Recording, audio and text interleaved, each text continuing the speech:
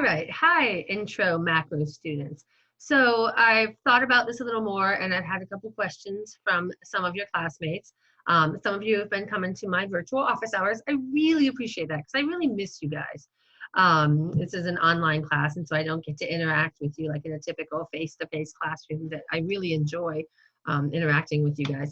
But anyway, some students have asked about a little bit more clarification about GDP versus GNP. So I know the book does a cursory treatment of this in the chapters. They don't elaborate. So what I want to do is just provide a little more elaboration, a couple more examples of the difference between GDP, gross domestic product, and GNP, gross national product. And just a little background, gross national product, GNP, was the measure that we used here in the United States for many, many years, up until like the late 80s, early 90s. We switched over to gross domestic product as our primary measure of domestic output on an annual basis. And the reason for that is, you'll see the difference between the two of them. The rest of the world uses gross domestic product more. So it depends on every country. They have the choice of whether to measure their output on the basis of GDP or GNP. International organizations such as, let's say, the UN, the United Nations Development Program, the World Bank, or other international aid, Red Cross organizations, they use GDP as their basis. So we've also started using GDP as our preferred measure. You'll see that when I talk about GDP and GNP in a little bit more detail. For the United States, measuring GDP on the one hand and measuring GNP on the other hand, we do actually measure both. For official statistics purposes, we report GDP, that's our official measure of output. But that doesn't stop us from calculating GNP and knowing what GNP is. And in fact, in the United States, GDP and GNP are very, very close, almost equal. And the reason for that is, in a nutshell, gross domestic product captures any production that is done on your domestic soil. So any production that occurs on US soil in a given year, we get to count as our US GDP. On the other hand, GNP, gross national product, refers to any output or production that occurs in a given year by a nation's firms or citizens. So GNP would calculate any of our firms that are doing business in other countries. And since we have a lot of our companies that are international in nature and do a lot of business around the globe, our GNP is very high. Likewise, we are a very big country and we have very open markets. And so a lot of foreign companies find that it's very advantageous and they enjoy producing on our soil because it makes shipping to our consumers so much quicker and more efficiently. And so we have a lot of production on our soil done by foreign firms. So the amount of production done on our soil by foreign firms is offset by the amount of our foreign firms doing production on other people's soil. So that makes our GDP and our GNP pretty equivalent. So in the United States, it doesn't matter if we use GDP or GNP. We use GDP to be in compliance with a lot of the international organizations. The IMF, I forgot to mention that, the International Monetary Fund. These big organizations, groups of countries that get together for purposes of coordinating economic activity and in particular foreign aid as well, such as like the World Bank or the IMF. In any case, there are countries and big developed economies, for example, such as Japan, where if you know anything about the geography of Japan, it's tiny. It's a couple or bunch of little islands, right? So very, very small geographic country. However, a real powerhouse in terms of a modern dynamic economy. And so Japan, as you know, has a lot of companies that are doing business outside of Japan, that are doing business here in the United States, Sony, Toyota, all those kinds of companies that are doing business here as well as around the globe. So Japan has a lot of firms, their firms, that are doing business outside of their borders. On the other hand, for a long time, not only is Japan very, very small and land is at a premium. If you know anything about Japanese housing, it's very, very expensive. And having a very, very small apartment in Tokyo is very, very, very prohibitively expensive. Space is at a premium. So our firms, let's say if Nike wanted to go there and make sneakers in Japan, it would be very, very expensive for Nike to buy land and to set up a factory in Japan. And likewise, for many, many years, the Japanese country, post World War II, let's say, where they were in World War II, they were one of the Axis as opposed to the Allies, which we were a part of. And so they were kind of like the bad guys, let's say. And so they were very protective and did not let, it wasn't easy for foreign firms to come into Japan and to conduct business. They were very protective, let's say. And so because of that, they have institutions that are in place that are not as conducive to having foreign companies coming in.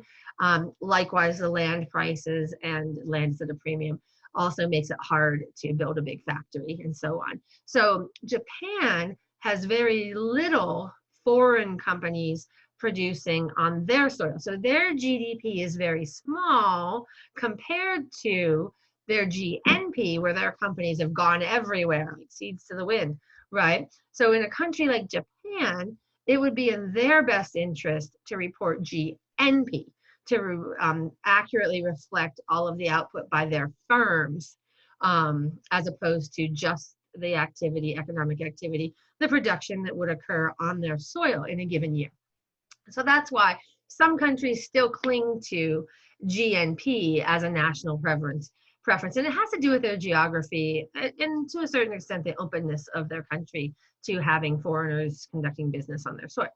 Anyways, let's get to, I have a little handout where I've tried to make a few points that I want to talk about. I don't want this lecture to get too complicated.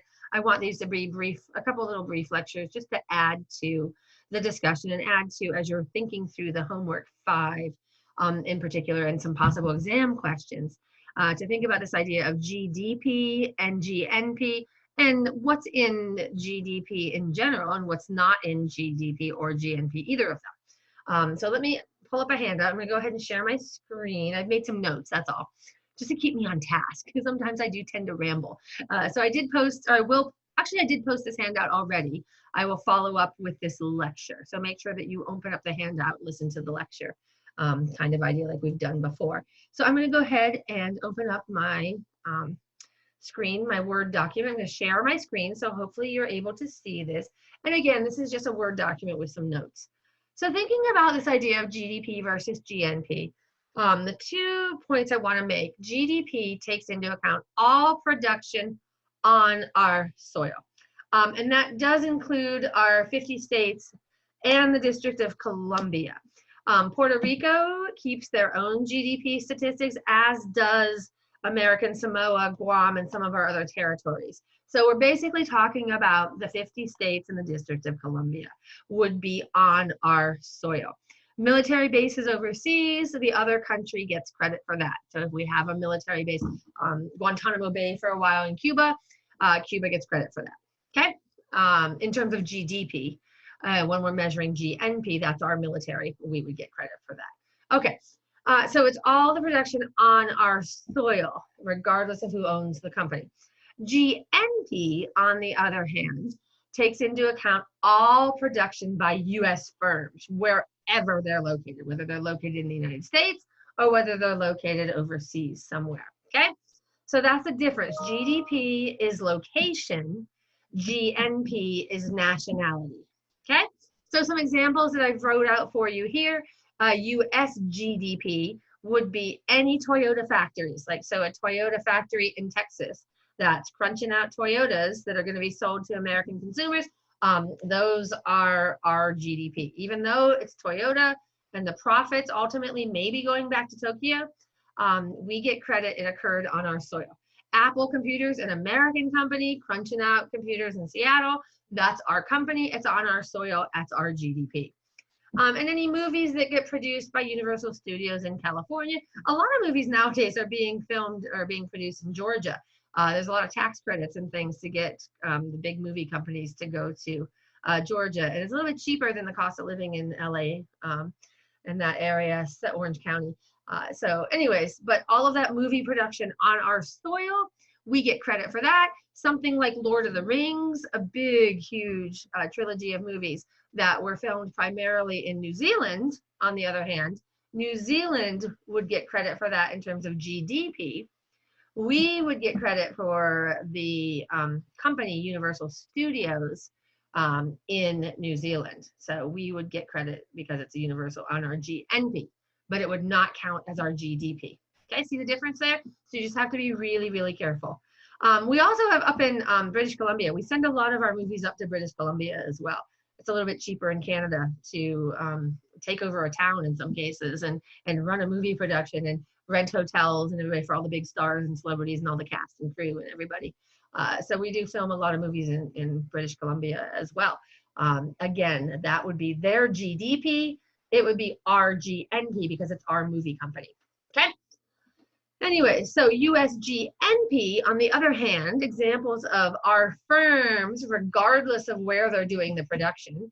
So if Callaway, a US company, produces golf clubs in China because it's cheaper, the labor there is cheaper, the supplies, they have access to the resources that they need there. That is production that's occurring on Chinese soil. China gets credit for that GDP. We get credit for the GNP because it's our company.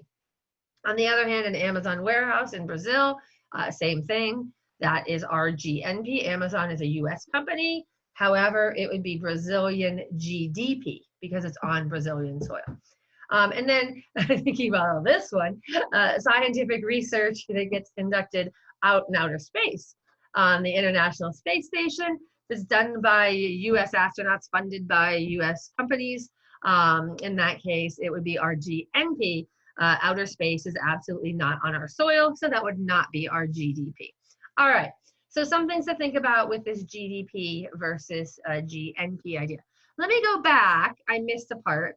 Let me go back a second and talk a little bit more about GDP in general, as well as GNP.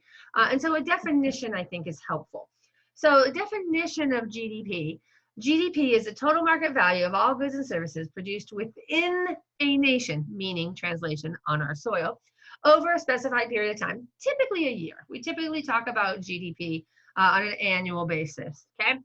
GNP, on the other hand, their definition's super similar, right? Total market value of all goods and services. Oh, you know what I forgot? Hey, I love this. I can add this right now. Total market value of all final goods and services, produced by a nation's firms over a specified period of time, typically a year. Let me talk, because I added that final. You're going, why is she making this distinction? Let me come down here. Things that are not included in GDP, and I'm going to make it the first one, are what we call intermediate goods. Okay, so now we got to know what's the difference between a final good and an intermediate good. Okay, so final goods are going to the ultimate consumer, okay? Intermediate goods are goods, tangible, physical things you can touch, right? It's a good, as opposed to a service, which is not tangible, right? Intermediate goods are goods that are purchased by one company and then used in the production of their good, which ultimately then gets sold to the customer. So let's consider an example. I just literally, I cannot, this is so funny, but just happened to me yesterday. I'm driving my car, I get a flat tire. Went over a nail.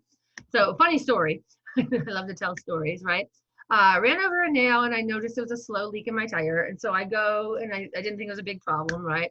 I just go to the Maverick and I'll put some air in the tire. You know, it's just a little low. It didn't look bad at all. I'll put some air in this tire and it'll get me to do my errands. And then eventually I'll stop by Les Schwab and get it fixed later, right? Not a big deal, okay? That was my plan.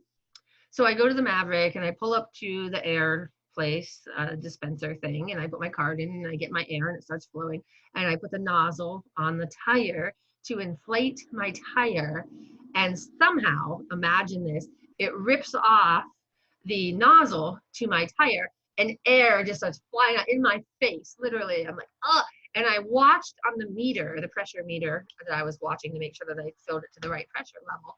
And it was going like 24, 23, 22, 21. And literally, like before I could grab the cap and try and screw it on and stop the air from flowing out of my tire was totally flat. So anyways, I have a flat tire, right? Good thing I have Geico roadside service because my jack was broken. My husband broke my jack, so I couldn't change the tire. My daughter's like, I'm in the car with my 16-year-old. I'm supposed to be teaching how to drive, right? She's like, but mom, show me how to change a tire. I'm like, well, I can't because I don't have a jack. So anyways, moral of the story is I need a new tire, right? So I need a new tire after we got everything fixed and got the spare on. So I go to Les Schwab. I buy a tire. I am the ultimate consumer. I buy the tire, I put it on my car, right? Or they put it on my car. Isn't it nice of them, right? Okay, that is a final good.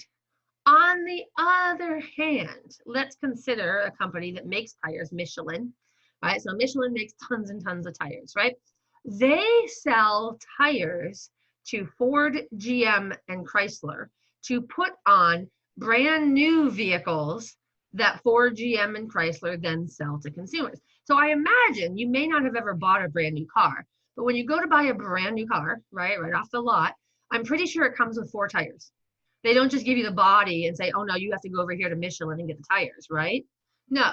And the tires were not made by Ford, right? You know that, right? That the tires, Ford got them from Goodyear or Michelin or wherever, right? They bought the tires from some other company, put it on the Ford body in the Ford car, okay? Kind of idea. When Ford buys tires from another company and then adds it to their product for final sale to the consumer, because I've never, when I bought a new car, I've never had the dealer go, hey, do you want tires with that? Here's your body, but do you want tires? You need to add this much to the price. No, it's all included, right? They just tell you what the price of the car is and you drive off, the tires are on it. Think about the windshield wipers. Anco or whatever makes the windshield wipers, right? So Ford doesn't make windshield wipers. You know that, right? They get the windshield wipers from somewhere else, okay? And they put them on their cars, okay? But if my windshield wipers are bad, and in fact they are, this rain proved to me, one of my windshield wipers is flapping. I'm like, oh, great. Yeah, I have an old car, which is the moral of the story. When I get my next stimulus check, I'm getting a new one. But anyways, so the windshield wipers, Ford buys them from someone else. If I go to the store and buy new windshield wipers, that's a final good. If Ford buys windshield wipers and puts them on their vehicles for final sale to the consumer, that's an intermediate good. We're not going to count them twice. We're not going to count them when Ford buys them and then when Ford sells the car to you, because the price of the windshield wipers are already included in the final price, right? Okay, so we take out intermediate goods. Those are not included in GDP. If it's a business-to-business sale like that, okay, it is not included in GDP. All right, so intermediate goods. It's a final good and service. It's going to the ultimate consumer. Okay. Another thing that is not included in GDP is that the production had to occur this year. So if you sell your house, which was built in 1970, right, it's a resale of a used good, that is not GDP, okay? That is just a transfer of an asset. You know, one person gets the asset, you get the money, that's just a swap, okay? That's not anything new being produced. If you add on to your house, add a deck, right, and it's brand new this year, you added the deck this year, right, when you paid the contractor to build that deck, that in fact is new production, and that's GDP. Now, on the other hand, if you are so talented and you are capable of building the deck by yourself without having to pay anybody, right? That's not me at all, right? I'm totally not capable of building anything. Hardly can change the oil in my car or change a tire even, as we heard. So if you are talented and in your spare time, you build your own deck on the back of your house, that is not GDP because you're not paying yourself. That is called household production. And household production is typically does not have a market value because you don't write out a check to yourself, right? Like you would write out a check to a contractor if you hired someone to build the deck for you, right? And so household production is not included in GDP.